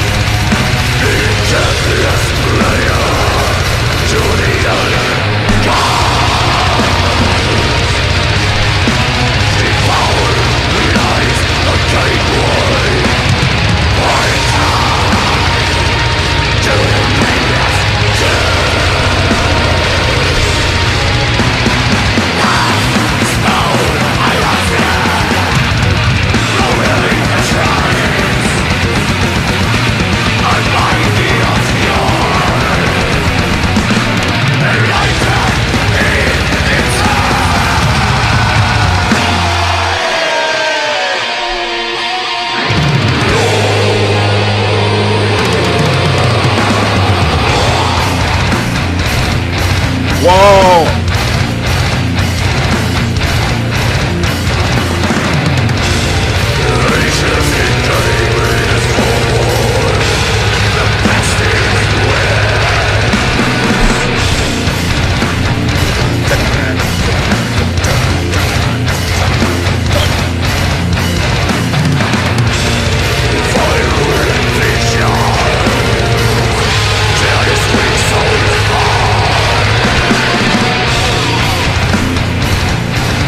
Whoa!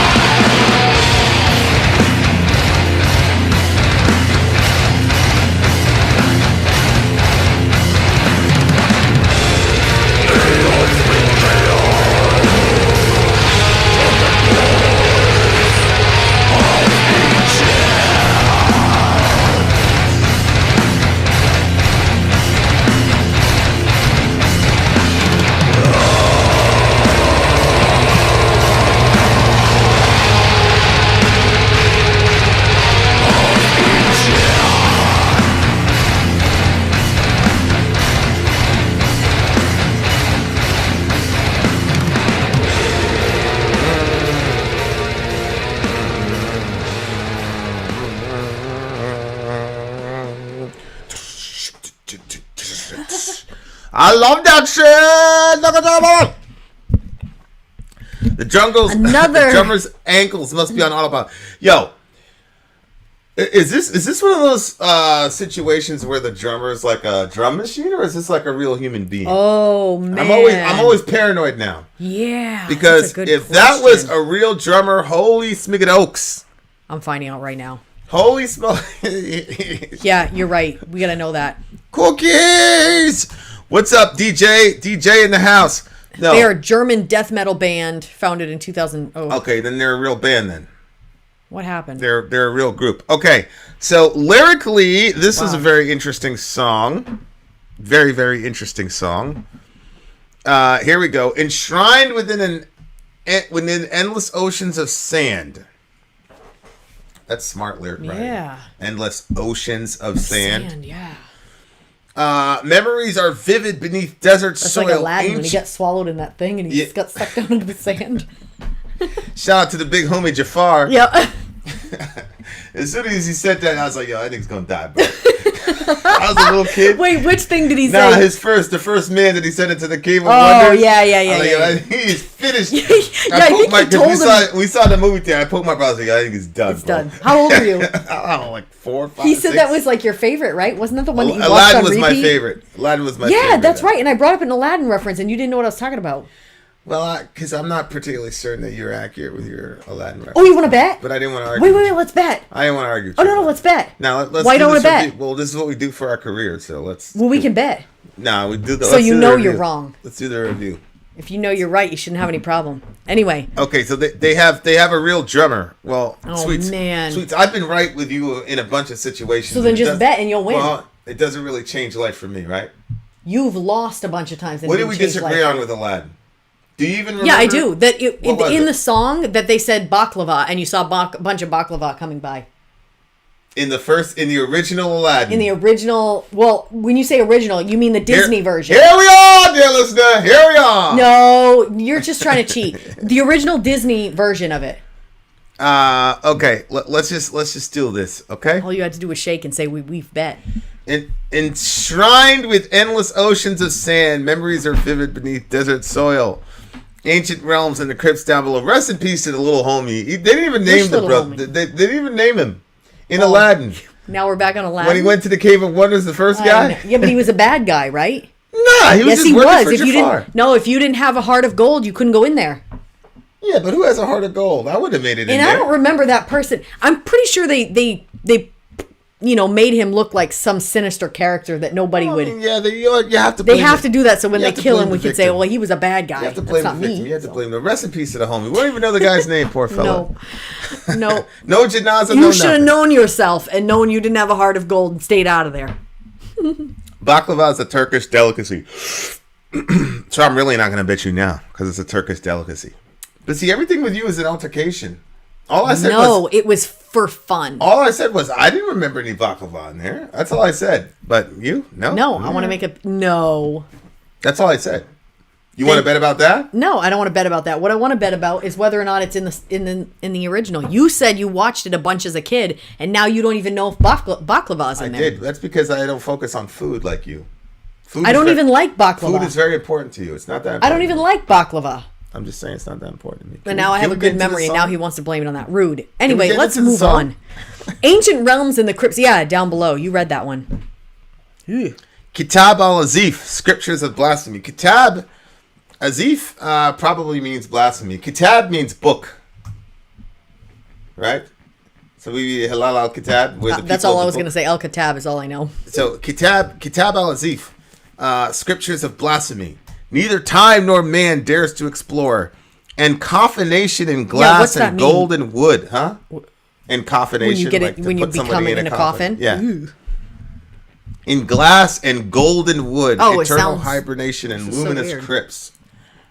Devotion. Who has a coffin like that except for your Snow White? I'm not trying to be weird here, but like, is there another? Maybe he's glass and golden wood. Maybe he's taking all the literature, because there's an H.P. Lovecraft reference here. Thus spoke Al-Hazrad. Mm-hmm. Al-Hazrad. Yeah. That's a character in H.P. Lovecraft's, whatever. In the Necronomicon, I think. Yeah, Necronomicon. Necronomicon, yeah. Okay. So, profanate their shrines, unbind the obscure, enlighten the insane. Kitab al-Azif, Scriptures of Blasphemy. I liked that, enlighten the insane. Devotion to the cosmic chaos and deathless prayer, the elder gods, devoured lies the gateway, portal to the nameless depths. Thus spoke Al-Hazrad. Al-Hazrad. There you go. Something... Kitab al-Azif equals the Necronomicon. Al-Hazred equals the Mad Arab Abdul al... Yeah. The writer of the both creations of H.P. Lovecraft. Okay. There you go. There's Perkinoz. Boom. Aside... You, the two of you would make a very interesting show. Well, me, him, and... uh-oh. I think that's just mine. This computer has been... Refresh it. That has nothing to do with that. Well, I think that the internet that I'm on look, see, that's what it keeps doing on this one. Oh, I see. It's not. I see, said the blind man to the deaf man. I keep going on this one, 2.4. Is that the issue? I haven't had Pepsi in a month, so Pepsi's not that important to me, actually. I think it's been longer than a month. Yeah.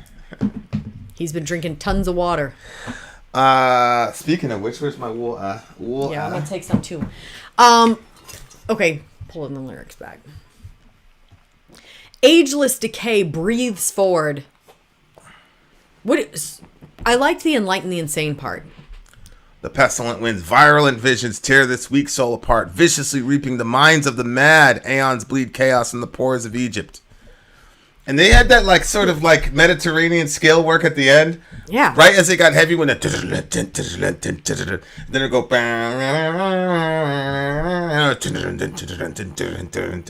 So you remember that? That's crazy. That's pretty cool, the way they were doing that. So what do you think the song's about? I don't know. More death. I don't know. It's about chaos and insanity, I think. I think it's about chaos. Prayer. It's talking about chaos because it's talking about devotion to. I mean, literally, the title of the song is "Devotion to the Cosmic Chaos." Right. What do you think the cosmic chaos is in this song? I don't know. Is it just the way that life gets out of control, or is it literally? Have they personified it or something? It depends on where you want to go. I think it's probably, if you scroll down, there's probably other reference to H.P. Lovecraft.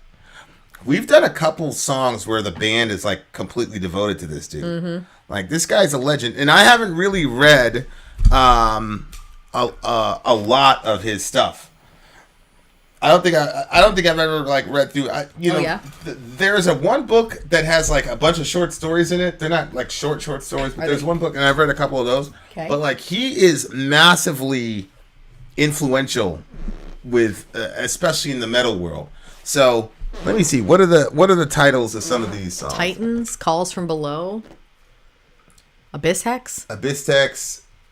Diluvial essential gateway to the atmosphere. He is the gate. 70 steps. Yeah, I think there's probably a lot of references to His that. work. You know, to his work in there because And he writes he's what had sort such of like it's kind of like horror almost. Like that remember that one we saw with the black people and he was running from the cops and all that? oh yeah. And that it was literally called Lovecraft. Yes, yeah, I knew it sounded familiar to me. And I don't know if Yeah. if those stories were literally based on Lovecraft or what, but it's kind of like They were a so form good at the beginning, and then like a they just form got of horror. Weird. He Way would get too Middle gory. Earth was saying he'd get cosmic horror basically. He would get canceled today, but he is influential. It's funny. We were watching something yesterday. I was like, "There's no way that this." Mm-hmm. It was funny as hell, but I was like, "There's no way in the modern." And it's crazy because the show went from basically 2009 to 2018, basically. And I'm like, this show would be completely destroyed. I wonder what happens when somebody participates in a show like that, and then later they become. I don't know. You know what I'm saying? Like, Yeah, I don't know. Okay. But I feel like Lovecraft is a metal writer. Like he was metal as an author. You know what I'm saying? oh yeah, yeah. So I think maybe there's a lot of that's happening in this song. I mean, with him and the metal community, because there's really, a co-belligerency. And yes, Chaosium totally ripped off of Korn. And I'm okay with that. That's completely the other thing. At which part? Apparently Lovecraft was racist as hell, but I still love his work. Yeah, I mean, it is what it is. But I mean, the homie was massively influential, and people, that's the thing with people, man. You gotta be able to separate. Okay. Profanate. I'm not sure I'm good at that. Well, we're a lot better at it because then you can't like anybody in the media or anything like that if you're not. But Yep. that's a separate topic. No, they totally ripped off Korn, Adam. They totally did. The look, the sound, the vocal style, the progressions, everything. He spoke with demons in the pyramids. Oh my gosh, I never saw that line. Well, BC just said that. Oh, I thought you were reading it on the. Yeah, so like what he's saying is kind of enigmatic here. I think you probably have to be completely familiar with Lovecraft to know exactly what he's saying here. Mm-hmm. My dad was super into Lovecraft, even named his cat after a cat in a Lovecraft story. Holy smokes.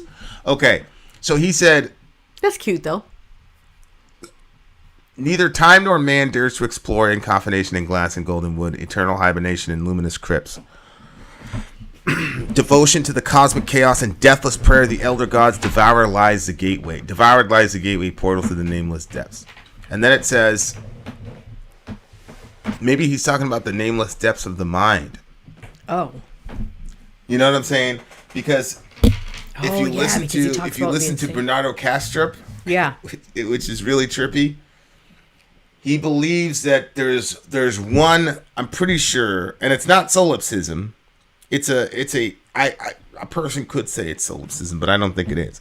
He believes that there's one being, and that being is not suffering, but all the rest of us are disassociations of that singular being. Multiple personality disorder. Oh yeah.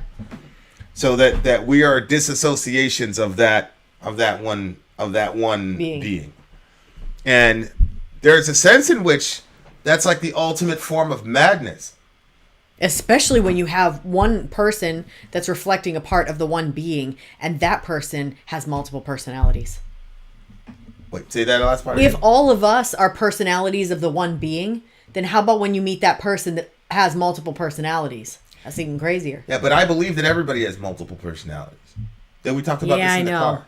Yeah, I know. Like, I believe everybody has multiple consciousnesses within Yeah, them. but Like, there's some people that can't separate it. Like, they don't, it's not like us. We're like, oh yeah, like hit me on the wrong day and who knows what'll happen. Or we'll do something super nice for somebody and like the other version of us is like, well, that was really nice. Almost You know what I'm saying? Like, there's different, you recognize that is different facets of your person or different persons of your person. But there are some people that they don't know. I don't believe they're different facets of my person. I believe they're different persons in total. Okay, I said persons of your persons after because I didn't want to get bogged down in the words. But there are people that have split personalities or different personalities, and they do not know what happens to them when the other personality is active. I need to know that. Well, just from what I've seen on TV. Is that not true? And that guy that I had met downtown confirmed that stuff. You're saying no? Yeah, I don't think we could take what people say in downtown Lewiston as like the... Well, stop talking to me like that. No, Are you saying that people... like? So that's all just made up when they talk about people that don't know what the other one did? I do believe that multiple personality is a thing, but I don't know that they don't know what the other personality is doing. I don't know that. And I've never met anyone. They're lying? I've never met anyone that has had that affliction, and I haven't read anything scholarly on that either.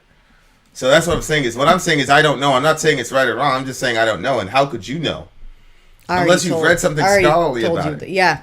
I mean, if we met somebody in downtown, like there's literally some things that like you don't look up because you assume you know. Who, me? No, just like I'm just talking like there are some things that. Well, that I don't think that I assume that I already, so I don't even think to research that. I thought that was I thought that was something that everybody knew. That I didn't think that was even something to question. Yeah.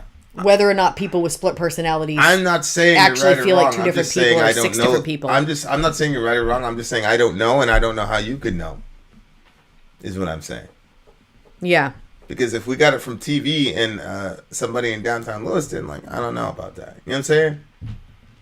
But go ahead, finish the point. Yeah, and I thought we had talked about it when I was working at the hospital too, but I mean I can't give you any definitive. So but anyway, just carry on. That whole conversation, that's just embarrassing now. Huh? Carry on.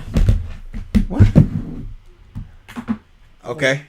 I mean, there's nowhere to go. It's like all of a sudden I realized, like, yeah, that's true. Like, I've been influenced by TV and like this one person that I talked to and like some vague conversations of when I used to work at the hospital. I don't know how much of that is true. No, I didn't research it at all. So just move on. Well, most people don't. Move on. Well, most people don't. That's why we have, the situations that we're in with COVID and all the rest of it. Mm-hmm. But if you look at, I'm not sure that Kastrup is completely wrong by saying we are disassociations of one being. I'm not sure that that's wrong. And I don't know if as a Christian I would characterize that as disassociation, but I do think that if Kastrup is right, because he doesn't talk about God, he just says, a singular being or whatever. If he's right, then I do see how it would clearly be some form of descent into madness where we would all be stuck in a cycle of basically crazy and we'd be completely helpless to get out of it because our personality and all of our experiences are coming from this guy who's suffering multiple personality disorder, and we're one of those billions of personalities that he's suffering from. So devotion to chaos would be the only thing you'd be able to really be devoted to. It'd be the only constant. Oh my gosh. Chaos would be the only constant in that kind of a world. And in that situation, holy smokes. Yeah. That's kind of crazy. Yeah. So it's really something to think about, which of course I'm glad that I'm listening to the song now because, now that I'm opening up my mind to that different type of that kind of thinking, it's very, very fascinating. I really like the song. I love how heavy it got at the end. Yeah, I did too. The drummer, like we said before, was what did you give it? 9.7. I gave this a 9.75. Really, really good song. And he was right. It was heavy. It was absolutely heavy.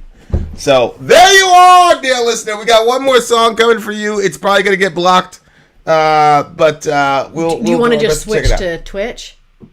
So then we don't. Well, I don't. We'll talk about it later. Then out. Sorry, out. Gone. Okay. Okay. So Metal Cat, the last song that you have does not have a We only can find an official version of it. I can only find an official version. And, Yeah. you know, the last time that we, or the time before, when we did one of the officials, it shut our channel down for 2 weeks. If our channel gets shut down again, it'll get shut down for 3 weeks. Yeah. Part of me is like, wait, Christmas vacation. Take the chance. No, we definitely, he wants us to see the official, even especially definitely on the side, if you end up finding something that's not official. What about down here? It says lyrics after it. No? Keep talking.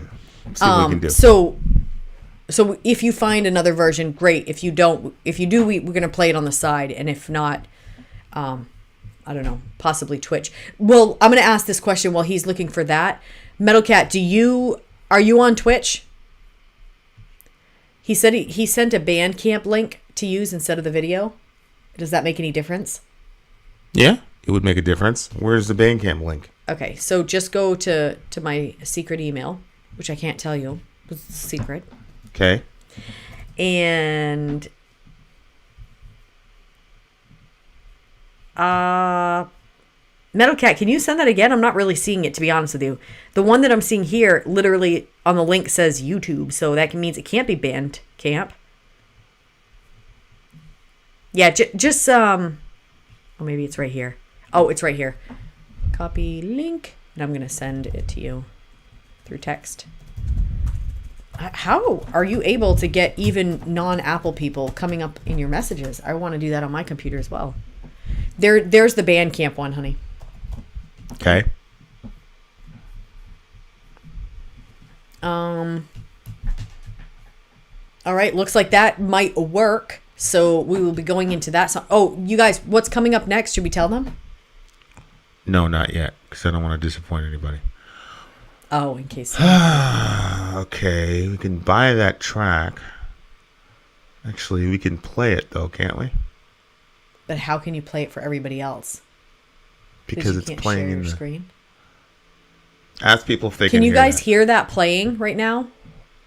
Oh, just unmute your thing. Because it's playing in the screen. Ask people if they Can you guys hear that playing right now? Just unmute not, right? your thing. It wasn't. I think it probably was just picking up what you could hear through your headphones. Well, let's buy it, and then let's see if we Wait, can't we unplug the headphones and just listen to it that way? It's not going to be as good. I think if I'm going to buy it, and then it'll give us a downloadable track, and then we just move it over. Okay. But I'm still certain that we're gonna get hit with it if we do it that way still. Oh, but, well then let's just switch to Twitch. Well, we don't need to switch to Twitch. We're already on Twitch. Well, I'm saying end the streaming and go to Twitch. So we're only on Twitch. Or can you stop doing it on YouTube? Metal Cat, do you have Twitch? That's a good point. That's what we did the last time with We have Twitch and we also have Twitter. That we can do it on either one of those? Okay, do you have Twitch or Twitter? Because we can do your last song on there and then YouTube won't be able to block it. What could go wrong? Adam, that sounds so creepy. At Ben Webb. Hush, little baby. Don't say a word. What? I don't know why he said it, but it was creepy sounding. Okay, Metal Cat. Which one do you have? Or do you have both? So he's got that. So we can... Metal Cat has Twitch? He has both. So we could do Twitch and... Twitter. Do that on both. Okay. Okay, so what we're going to do is we're going to end this stream, and then we're going to reboot on Twitch and Twitter. So if we're not. We're currently on Twitch and Twitter right now. And you can just stop YouTube? So what I'm going to do is I'm going to go to Restream, and I'm going to see if I can unplug YouTube while we're live. That would be even better. And then if we do that, that'll solve the problem. Mm-hmm. Okay. That's actually it's pretty smart. Yeah, smart. Very smart. Mm-hmm. Let's see if it'll